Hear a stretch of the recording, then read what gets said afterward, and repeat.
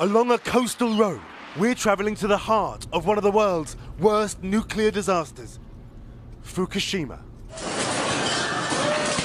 It began with the strongest earthquake in Japan's history.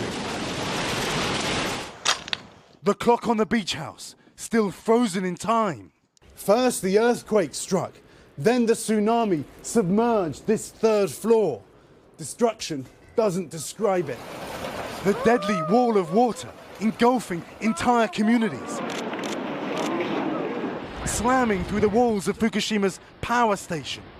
Knocking out backup generators. Meltdowns and explosions followed. Then the radiation came. Like the Chernobyl disaster, relived in last year's HBO series. Fukushima's fallout, not as toxic as Chernobyl, but just as frightening.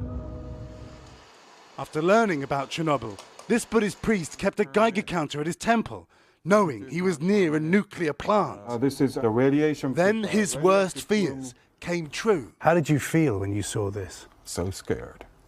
Radiation from the meltdown spreading to nearby towns and beyond. Thousands of residents near the plant ordered to evacuate, like Futaba, only 2 miles away. This was Main Street.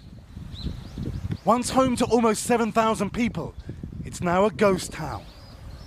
The last place in Fukushima still uninhabited. Now, only wildlife live here. The danger is large areas of fields and forests haven't been decontaminated, like this. Our radiation monitor raises the alarm. Levels too high for people to live here. Former Futaba residents Anthony Ballard and Philip Jellyman have been coming back to the exclusion zone with special permission. Taking pictures. Initially keeping record for friends and neighbours. Now holding on to memories. Off Main Street, Anthony shows me where he used to live. So this is home? This was home. Back then, he had to leave family photos behind. This is Daniel. This is one of my sister's kids. He's actually at university now. He had made Futaba his home. Now Fukushima has taught him what home really means. That stuff's not important because you can get... It's the life that was here before that was important. I can see you're in tears. Not quite, but almost, yeah. Immediately after the earthquake, people took shelter at the school where Philip taught. They slept on floors, mattresses still strewn around. This is now Futaba School, 50 miles away. Morning, Mao. Philip and Anthony teach them English and about home. The children, refugees from the radiation. We travel to the nuclear plant itself for a rare tour. First, we're given personal radiation monitors.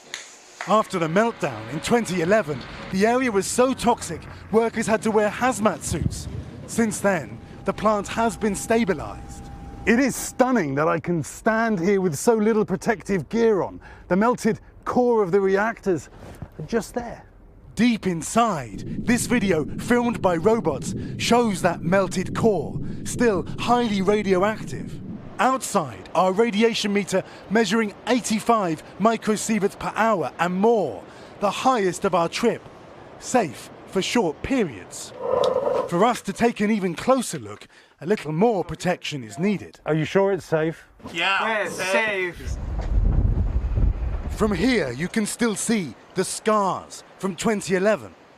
At the beginning, we were struggling to contain the disaster, says Akira Ono, a senior executive. We hope people in the world understand that we are in a very different place right now. But they still don't know how to dispose of the melted core and 400 Olympic swimming pools worth of water used to cool it, sealed in these tanks. One day, Futaba's families hope their children will return. Do you remember your hometown? Yes. And that these empty streets come to life again. A home that they've never forgotten. A nuclear disaster the world will never forget.